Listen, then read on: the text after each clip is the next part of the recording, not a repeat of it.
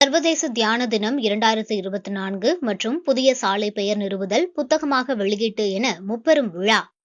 India உள்ளிட்ட நாடுகள் முன்மொழிந்த தீர்மானத்தை ஏற்று டிசம்பர் 21ஆம் தேதியை சர்வதேச தியான தினமாக அனுசரிக்க ஐநா பொதுசபை ஒருமனதாக ஒப்புதல் அளித்தது. இதனைத் தொடர்ந்து உலக சமுதாய சேவா சங்கத்தின் தலைவர் பத்மஸ்ரீ SKM மயிலானந்தனின் அறிவுறுத்தலின்படி உலகம் முழுவதிலும் உள்ள அனைத்து அறிவு திருக்கோவில்களிலும் சிறப்பு தியான நிகழ்வு நடத்த ஏற்பாடு செய்யப்பட்டது. இதன்படி சிவகங்கை மணவளக்கலை மன்றம் அறக்கட்டளை சார்பாக டீபுதூரில் அமைந்துள்ள அறிவு திருக்கோவில் வளாகத்தில் சிறப்பு தியானம் நடைபெற்றது. தியானத்தை மணவளக்கலை பேராசிரியர் ரேணுகா தேவி நடத்தினார். இந்த நிகழ்விற்கு சிவகங்கை மாவட்ட குடும்ப நல நீதிமன்றத்தின் மதிப்பிற்குரிய நீதியரசர் G. முத்துக்குமரன் ஐயா சிறப்பு விருந்தினராக கலந்து கொண்டு காஞ்சிரங்கால் ஊராட்சி மன்றத்தால் அனுமதிக்கப்பட்ட சிவகங்கை மாவட்ட ஆட்சியர் பெருந்திட்ட வளாக கிழக்கு சுற்றுச்சாலைக்கு அறிவு திருக்கோவில் சாலை என பெயரிட்டு நிறுவப்பட்ட பெயர் பலகையினை திறந்து வைத்தார்.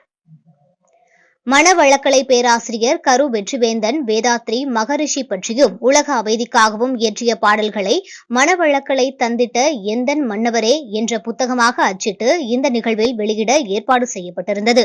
புத்தகத்தை தேசிய நல்லாசிரியர் S. கண்ணப்பன் வெளியிட அறங்காவலர்கள் சுந்தர மாணிக்கம், செல்வராஜா, ஜெயசித்ரா வாழ்த்துரை வழங்கினர். போரில்லா நல்லுலகம் மற்றும் உலக அமைதிக்காக உலக நல வேள்வி நடைபெற்றது. இதில் வாழ்க வையகம் வாழ்க வளமுடன் என்று உலக நன்மைக்காக வாழ்த்து கூறப்பட்டது. திரளாக பெண் பேராசிரியர்கள், அருள் நிதியர்கள், பிரம்ம ஞானிகள், அருட்செல்வர்கள், தவச்செல்வர்கள், ஜெயின் யூனிவர்சிட்டி மூலம் நடத்தப்படும் யோகாவுக்கான பட்டய படிப்பு பயிலும் மாணவ மாணவியர் என 80க்கும் மேற்பட்டோர் இந்த முப்பெரும் நிகழ்வில் கலந்து கொண்டனர்.